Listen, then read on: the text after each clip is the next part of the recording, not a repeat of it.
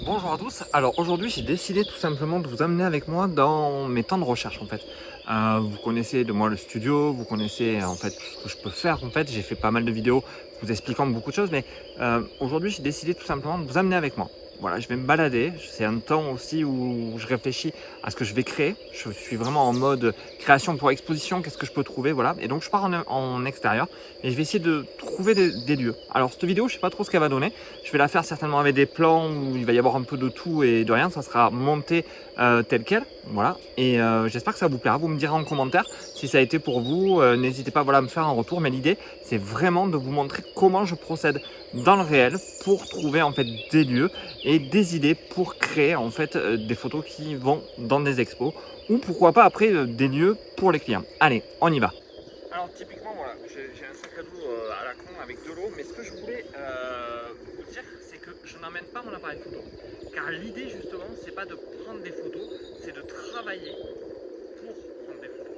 Si j'avais l'appareil photo, je vais trouver peut-être la nature, des choses qui vont m'intéresser, mais là vraiment en me coupant de, on va dire, l'appareil photo qui me permet finalement d'avancer, ben, ça me permet de voir autre chose. Alors je vais faire des photos, je vais le faire avec le téléphone pour repérer les lieux, avoir les points GPS, mais jamais je ne travaille avec mon appareil photo quand je suis en repérage. Alors vous allez me dire comment j'ai trouvé le lieu. Alors tout simplement, ce lieu je le connais, on m'en a déjà parlé, mais c'est surtout que j'ai un pote qui court et qui fait du VTT, qui m'a dit qu'il y avait un peu plus loin, enfin là où on a l'habitude d'aller, mais en partant dans la forêt un peu plus à gauche, un lieu qui pourrait être sympathique avec de l'eau, où je pourrais faire descendre un modèle, comme j'avais fait pour une exposition.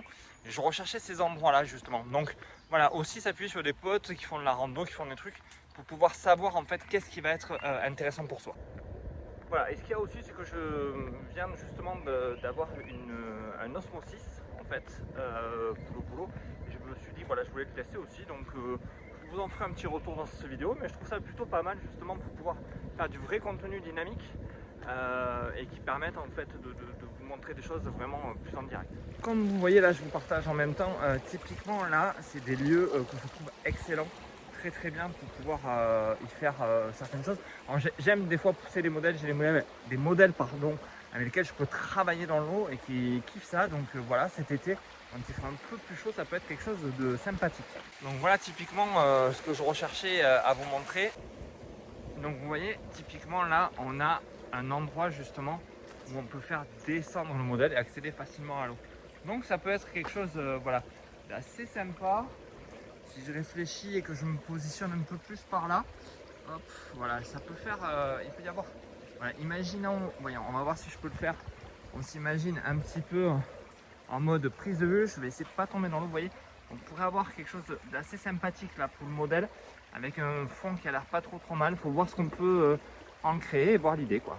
Bon, après parfois on peut être déçu, on peut ne rien trouver non plus, mais bon, ça fait partie du jeu et n'hésitez pas justement à faire un tour sur Google Maps. Moi j'ai tendance aussi à faire ça sur Google Earth, pas Maps, pardon, Google Earth. On arrive à voir les lieux quand même un peu en avance et ça peut être relativement un gain de temps aussi. Voilà, ça c'est petit tips. Bon, il y a des fois, on sait pas trop où on va quand même, hein. Mais bon, il y a un petit chemin, il y a des choses marquées sur des arbres, donc ça doit être le bon endroit. Après, ce qui serait intéressant aussi, ça serait de me dire si c'est bien stabilisé, si c'est pas désagréable pour vous. Parce que l'idée, voilà, c'est si je travaille avec ça, c'est que ça soit aussi facile à regarder et agréable à regarder. Typiquement, ce genre de petit chemin, j'aime bien parce que on peut se servir justement des lumières. Vous voyez, il y a des lumières qui tombent un peu plus loin sur le modèle avec de l'ombre, avec l'ouverture beaucoup plus fermée, avec des choses comme ça. On peut travailler vraiment sur des choses très sympathiques et créatives surtout. Typiquement, ce qui est intéressant, c'est qu'on tombe sur des trucs atypiques. Donc vous voyez, comme je dis, voilà, on ne sait pas trop ce qui s'est passé, mais il y a des gens qui ont construit en plein milieu comme ça de la forêt. Là, il y a une balançoire, je pense qu'ils doivent y venir avec des enfants. Un lieu comme ça atypique au milieu de la forêt, bon, un peu grunge, un peu noir, mais je pense qu'on pourrait en faire un truc sympa. Enfin, je sais pas, faudrait y réfléchir, mais je trouve que voilà, tomber sur des trucs comme ça peut être agréable pour construire son imaginaire et construire ses photos. Très clairement, on entend beaucoup de bruit. Je ne sais pas si la qualité du son va être optimum, mais voilà, je suis en train d'être surpris par le contraste que j'arrive à trouver dans cette forêt. Même si le lieu, il n'y a rien d'exceptionnel, Mais j'aime beaucoup en fait ce temps là où on peut faire des photos très contrastées avec des points très lumineux, des points très sombres. C'est un côté très intéressant. J'aime beaucoup travailler ça, surtout en noir et blanc. Donc voilà, trouver aussi des lieux comme ça un peu atypiques où la lumière se prête vraiment dans des différences. Vous le voyez là justement, hop, très lumineux, très sombre, très lumineux, très sombre. J'adore ce genre d'endroit. Je vais clôturer cette vidéo ici, petite vidéo donc voilà, je vous ai amené avec moi mes idées, ma créativité. L'idée aussi c'était de tester l'Osmo 6 avec vous. Vous me direz en commentaire comment vous avez trouvé ça, la qualité de la vidéo et le fait que ça soit stabilisé. Autre chose, parfois on perd du temps. Là par exemple typiquement c'est pas une balade où j'ai trouvé des lieux qui me paraissaient intéressants. Donc Google Earth, pensez-y, c'est vraiment un endroit qui peut vous permettre de trouver des points en fait intéressants et qui avance, enfin qui va vous faire avancer, qui va vous éviter de perdre du temps.